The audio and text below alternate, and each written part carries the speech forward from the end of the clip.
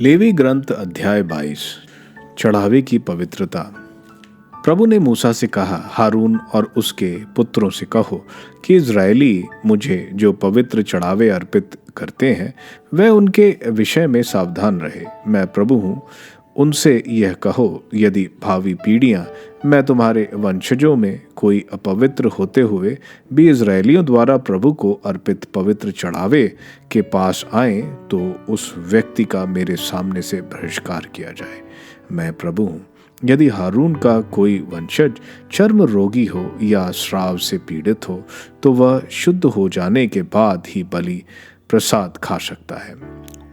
यह उस व्यक्ति पर भी लागू है जो ऐसी वस्तु का स्पर्श करे जो शव से अपवित्र हो गई है, जिसका वीर्यपात हो गया हो, जिसने अपवित्र करने वाले भूमि से सटकर चलने वाले जीव जंतुओं का स्पर्श किया हो, जिसने अपवित्र करने वाले मनुष्यों का स्पर्श किया हो या किसी भी प्रकार से अपवित्र हो गया हो, वह शाम तक अपवित्र है और स्नान करने के बाद ही पवित्र प्रसाद खा सकता है।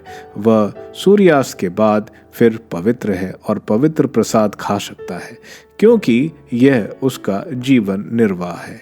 वह किसी मरे हुए या किसी जानवर द्वारा फाड़े गए पशु को नहीं खा सकता, इससे वह अशुद्ध हो जाता है। मैं प्रभु हूँ। वह मेरे आदेशों का इसलिए पालन करे जिससे वे दोषी ना बने और उनकी मृत्यु ना हो जाए। मैं वह प्रभु हूँ जो उन्हें पवित्र करता है। अनाधिकारी व्यक्ति पवित्र प्रसाद नहीं खा सकता, याजक का अतिथि या मजदूर भी नहीं, परंतु याजक द्वारा खरीदा दास या याजक के घर में पैदा हुआ दास उसे खा सकता है। यदि याजक की पुत्री ऐसे व्यक्ति से विवाह करे जो याजक नहीं हो तो वह पवित्र चढ़ावे नहीं खा सकती। लेकिन यदि याजक की पुत्री विधवा या परित्यागिता हो, निसंतान हो और अपनी युवावस्था की तरह अपने पिता के यहाँ रहे तो वह अपने पिता का भोजन खा सकती है। जो याजक नहीं है वह ऐसा नहीं कर सकता।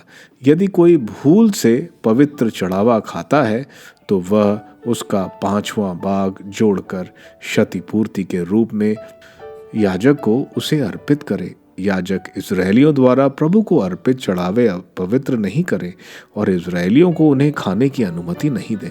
कहीं ऐसा ना हो कि इज़राइली दोषी बने और क्षतिपूर्ति के लिए बाध्य हो जाए। मैं वह प्रभु हूँ जो उन्हें पवित्र करता है। अस्वीकार बलिदान। प्रभु ने मूसा से कहा, हारून, उसके पुत्रों और सब इज़राइलियों से कहो, यदि कोई इज़राइली या इज़राइल में रहने वाला प्रवासी मन्नत के कारण या स्वेच्छा से प्रभु को होम बलि अर्पित करना चाहे तो वह एक अदोष नर पशु ले आए, अर्थात बछड़ा, मेढ़ा या बकरा। तब प्रभु उस पर प्रसन्न होगा। सदोष पशुओं को कभी नहीं चढ़ाना चाहिए, नहीं तो प्रभु तुम पर प्रसन्न नहीं होगा।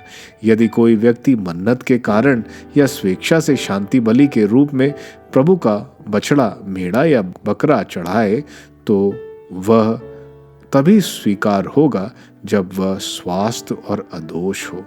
तुम प्रभु को अंधा, लंगड़ा या अंगभंग पशु नहीं चढ़ाओगे या ऐसे पशु जिसके शरीर में फोड़ा, फुंसी, खाज, खुजली हो। ऐसे पशुओं को वेदी पर प्रभु को अर्पित नहीं करोगे। तुम अंगभंग बछड़ा या मेढ़ा दान के रूप में दे सकते हो, किंतु यदि वह किसी मन्नत के कारण चढ़ाया जाता है तो उसे स्वीकार नहीं किया जाएगा। तुम प्रभु को ऐसा पशु नहीं चढ़ाओगे जिसके अणकोश विशत, कुचले, फाड़े या कटे हों।